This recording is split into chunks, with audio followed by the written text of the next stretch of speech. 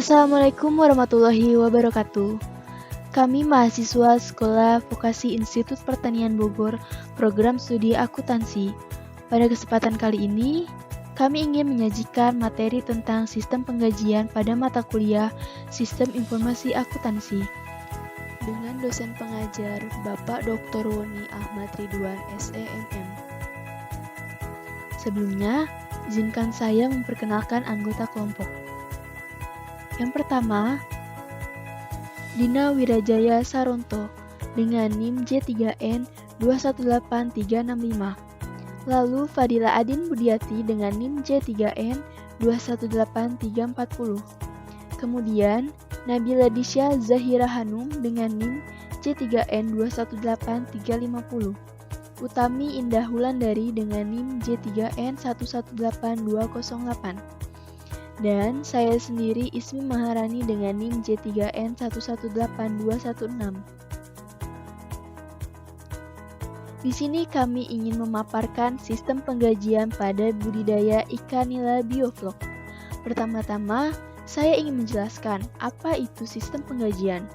Sistem penggajian atau sistem payroll merupakan sistem yang membantu perusahaan dalam mengelola hal-hal yang berkaitan dengan gaji. Selanjutnya, terdapat diagram konteks pada sistem penggajian. Terdapat 3 entitas dalam sistem penggajian ini, yaitu bagian penggajian, pemilik, dan karyawan. Yang pertama, bagian penggajian memberikan data karyawan dan data jam atau hari kerja karyawan. Lalu, sistem penggajian memberi laporan data gaji ke bagian penggajian. Selanjutnya, sistem penggajian memberikan slip gaji dan pembayaran kepada karyawan. Dan yang terakhir, sistem penggajian memberikan laporan pembayaran gaji kepada pemilik. Saya akan menjelaskan DFD level 0, siklus penggajian di usaha ikan nila menggunakan sistem bioflok yang terdiri dari 3 entitas dan 3 aktivitas. Aktivitas yang pertama yaitu pencatatan data. Bagian penggajian akan mengirimkan data karyawan dan data jam atau hari kerja karyawan ke bagian pencatatan data guna memutakhirkan kedua data tersebut.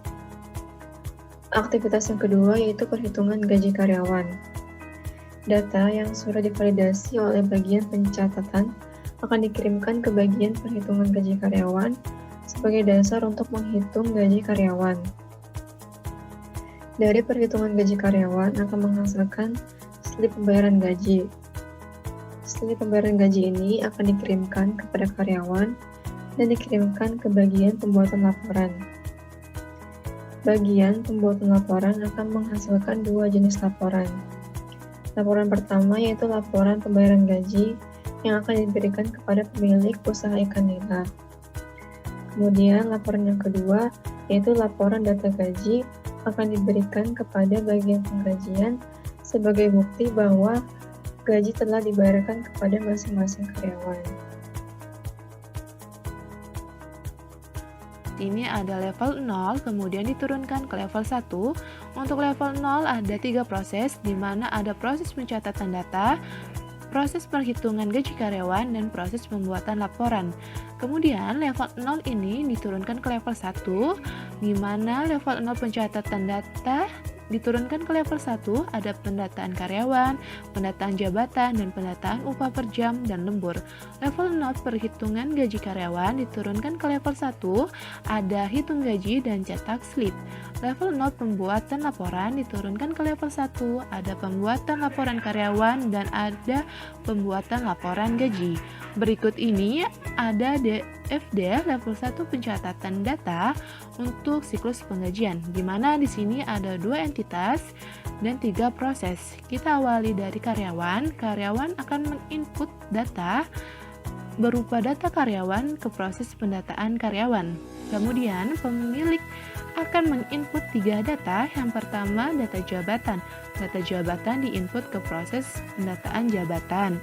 Dari proses pendataan jabatan akan menghasilkan output berupa data jabatan.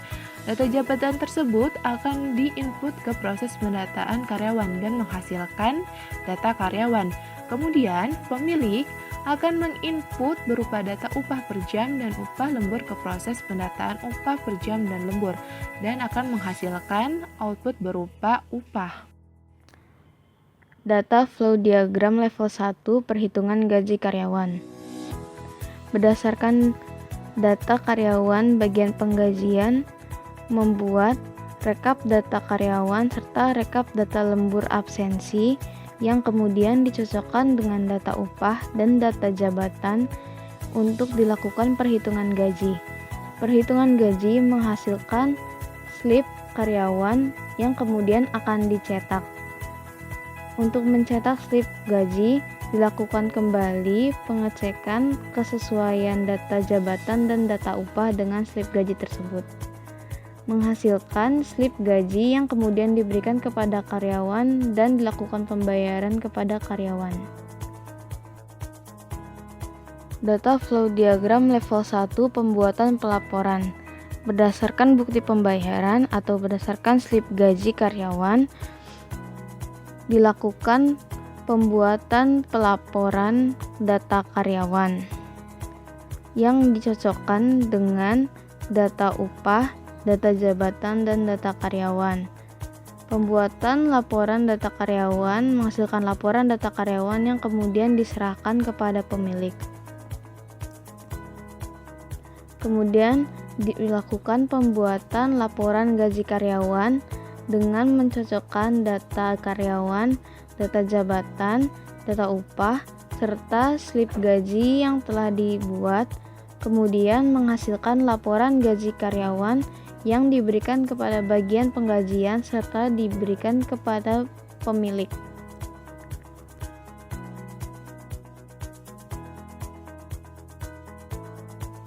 Untuk proses yang pertama yaitu pencatatan data, ancamannya yaitu 1.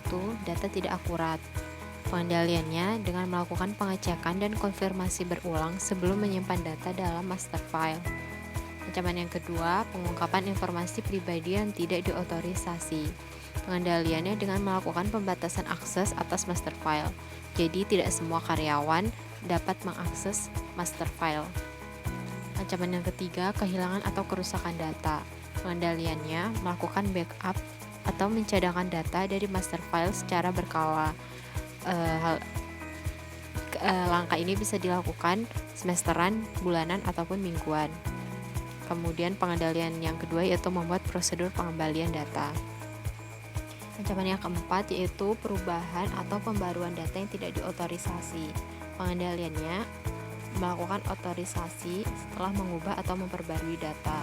Jadi petugas yang memiliki otoritas untuk mengubah atau memperbarui data kemudian melaporkan perubahan atau pembaruan data tersebut ke pemilik. Kemudian yang pengendalian yang kedua yaitu melakukan review secara berkala atas perubahan atau pembaruan data. Hal ini dilakukan untuk menemukan apakah ada perubahan atau pembaruan data yang dilakukan di luar otorisasi. Kemudian proses yang kedua yaitu perhitungan gaji karyawan. Untuk ancamannya yang pertama, data absensi dan data jam lembur tidak akurat. Pengendaliannya yaitu melakukan otomatisasi untuk pencatatan data. Jadi data absensi ataupun data jam lembur secara otomatis langsung masuk ke master file. Kemudian melakukan rekap harian atas data untuk kemudian diotorisasi oleh pemilik. Jadi petugas yang bertugas melakukan rekap harian atas data absensi atau data kehadiran karyawan ataupun data jam lembur. Kemudian langsung diberikan ke pemilik untuk kemudian diotorisasi. Atau bisa juga dengan biometric authentication, yaitu mesin absensi dengan scan sidik jari ataupun scan retina mata. Jadi secara otomatis kehadiran karyawan terekam oleh sistem. Kemudian ancaman yang kedua adalah kehilangan atau kerusakan data. Pengendaliannya melakukan backup atau mencadangkan data dari master file secara berkala dan membuat prosedur pengembalian data. Ancaman yang ketiga yaitu slip gaji rusak atau hilang. Pengendaliannya membuat duplikat slip gaji saat mencetak slip. Kemudian duplikat slip gaji tersebut disimpan oleh petugas sebagai backup. Ancaman yang keempat, kecurangan saat pendistribusian slip atau slip gaji tidak sampai ke tangan karyawan. Untuk pengendaliannya, karyawan menandatangani laporan terima slip gaji sebagai bukti bahwa karyawan telah menerima slip gaji. Kemudian proses yang ketiga yaitu pembuatan laporan. Untuk ancaman yang pertama, pencatatan data dalam laporan tidak akurat. Pengendaliannya adalah dengan membandingkan data dalam laporan dengan data dalam master file. Pengendalian ini bisa dilakukan oleh pemilik untuk menemukan apakah ada perbedaan atau apakah data dalam laporan tersebut sudah sesuai dengan master file sebagai bentuk dari integritas data. Adapun beberapa referensi yang kami gunakan sebagai berikut.